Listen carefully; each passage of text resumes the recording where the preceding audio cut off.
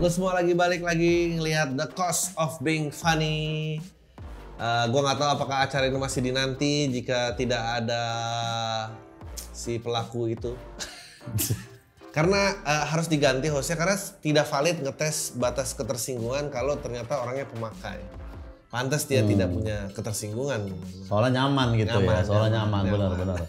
Benar. Akhirnya gue harus mengundang pakar dari pengusung ya, penggiat apapun semua kata-kata pembelaan itu. Ya, betul. Untuk kaum SJW. Sebetulnya dari SJW sendiri melihat dirinya tuh SJW nggak sih?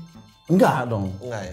SJW, iya kebanyakan SJW justru biasanya nggak tahu pengertian SJW sendiri itu apaan bang. Biasanya begitu ya. Ya SJW itu biasanya melihat dirinya sendiri tuh hanya W-nya aja, dia warrior-nya aja. Dia warrior-nya aja. Tanpa ada embel-embel yang annoying. Iya. Setuju. Ya lu udah gak perlu dikenalin lagi, ini baru gue Ozar Angkuti.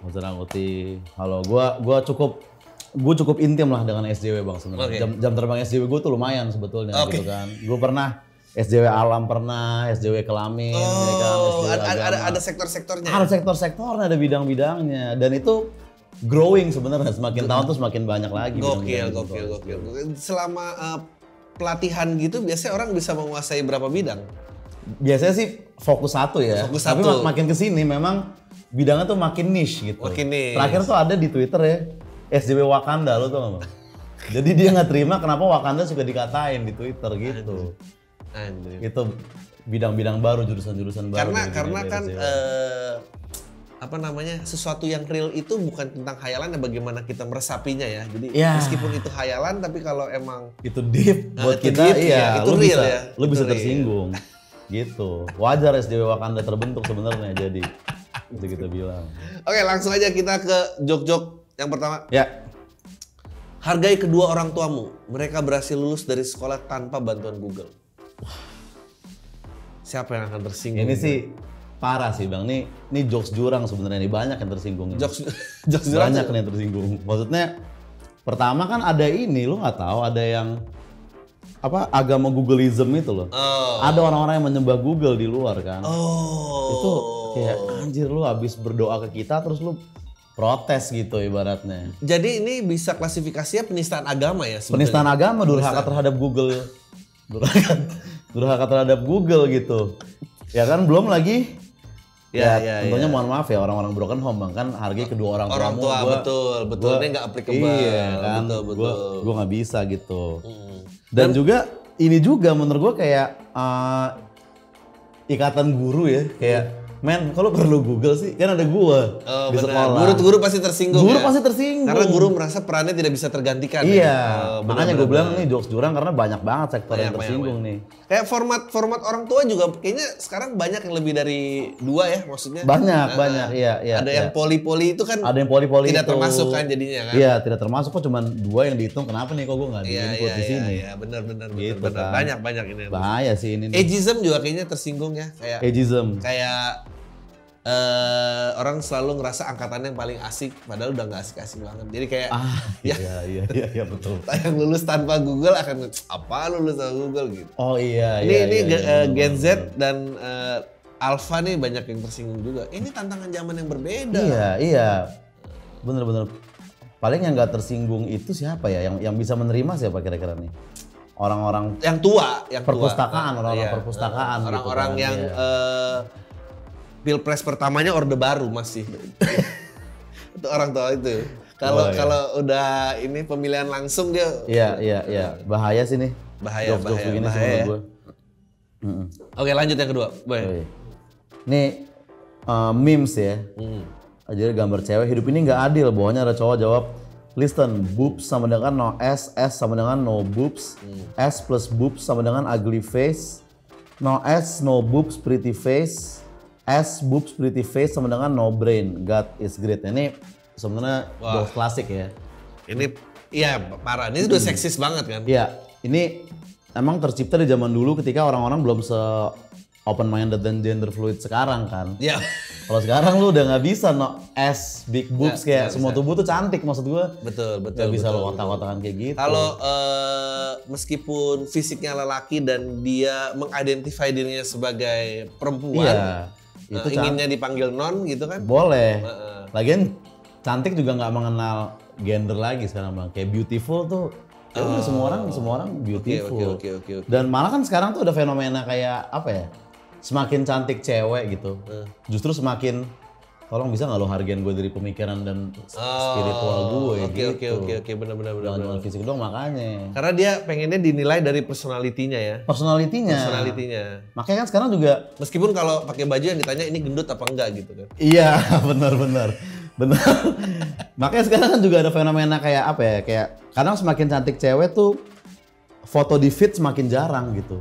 Dia kayak estetik saja. Benar. Atau biar memes gitu. Penglihatannya yang dihargain. Penglihatan yang dihargain gitu. Gila. Walaupun baju branded dan seperti hari ini gendut apa enggak masih kayak begitu. Dan ini covis sekali ya. Maksudnya covis banget. Ini kategorinya kalau catcalling level berapa ini? Wah, ini sih bukan catcalling, ini kayak lebih ke udah harassment ya. Iya, ini objectifying wanita sebenarnya kan. Dan maksudnya gini, sebenarnya bagian listener nih kayak subliminal message gitu, kayak lu harus dengerin aja gitu. Karena kan kalau panel ini kita trimming, mau kita hilangin nih, bisa aja gitu langsung hidup ini nggak adil. Langsung aja, boobs no S no boobs, kan tetap bisa masuk jokesnya kan. Tapi dia harus taruh listen ini tuh ofensif banget ini nih. Dengan format meme dan ada lelaki dan perempuannya juga malah makin ofensif ya. Iya, dan juga ini sebenarnya juga satir menurut gue bang. Kayak kenapa di belakang cowoknya tuh ada papan tulis menandakan intelektual, sedangkan di belakang ceweknya cuma putih polos tuh apaan sih? Benar. Maksud lu gila sih. Benar. Padahal era perempuan nggak boleh sekolah terakhir kan Kartini. Iya. Ya, itu udah lewat banget. Betul. Orang-orang yang repost kayak gini nih yang nggak menghargai perjuangan pahlawan. Bisa kita bilang kan, tolong pembuat meme, hati-hati lah. Iya. Nggak bisa sembarangan kayak gini nih. Oke. Yang terakhir nih. Ada suami, wah ini ada suami ini udah harus katanya diganti ya kayaknya. Ada suami yang di dompetnya terdapat foto istrinya. Teman-temannya sedang memuji dia sebagai suami yang ideal. Agak spill ya. Salah seorang temannya bertanya, apa gunanya membawa foto istri? Dia menjawab, kalau saya punya persoalan di kantor, aku selalu memandang foto tersebut dan persoalan itu hilang. Wah, alangkah bahagianya kamu mempunyai istri seperti itu. Bagaimana kau bisa begitu, tanya temannya. Ya kalau saya melihat foto istri saya, semua persoalan apapun di kantor menjadi tidak apa-apa dibandingkan persoalan hidup dengan dia, jawabnya. Wah. Maksudnya ini kan, ini juga. Ini selain udah nggak lucu, menyinggung banyak orang. Iya dan ya pertama menurut gue orang-orang child free ya, orang-orang yang memilih untuk gue nggak mau menikah, gue nggak mau berpasangan, pasti itu dulu kan. Itu yang tersinggung gitu. Dan benar kata lo kayak kenapa orang child free dari tersinggung? Kan child free juga boleh suami istri. Iya, nggak maksudnya child free yang nggak memutuskan untuk menikah gitu, ada juga kan? Ada juga. Iya. Kalau bahasa dulu tuh Summer Leven. Bahasa dulu. Iya, bahasa Belanda tuh tinggal bareng, Summer Leven. Kalau bahasa Indonesia kumpul kebo, tapi kan iya, kayaknya penistaan terhadap kebo ya. Iya, dan ya penistaan terhadap yang melakukan juga gitu. Kalau Summer Leven kayaknya kan terhormat, kalau kumpul kebo kayak disamain nama kebo kan. Makanya sekarang kan co-living namanya. Co-living, betul namanya co-living. Sama Leven kayaknya udah nggak boleh bawa Belanda juga gitu. Udah nggak boleh. Dan juga suami istri, misalnya suami gue gitu, istri gue, cewek gue, itu juga sekarang tuh udah udah jarang bang. Sekarang lebih ke partner gue. Betul.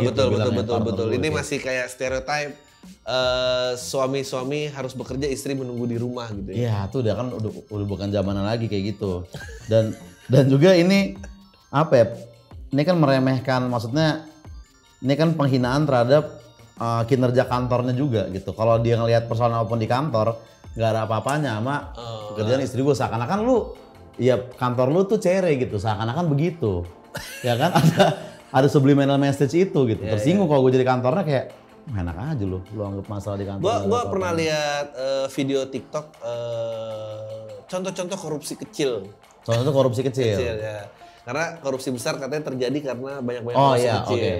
Seperti kayak ngambil waktu sebat nih gitu. Itu kan korupsi kecil. Korupsi waktu. Ini juga kayak lagi kerja lihat-lihat foto istri itu kan kayaknya aduh iya benar. Enggak bisa. Iya korupsi waktu bener. Walaupun ini juga kayaknya yang nulis jokes juga orang-orang yang tadi kayaknya pilpres pertama masih Orba juga karena kan foto istri Pas gue foto istri dalam dompet sekarang Iya, wallpaper handphone lah. Udah Wallpaper handphone lah gitu. Lagu slang itu udah expired ya. Foto dalam dompetmu udah nggak bisa gitu.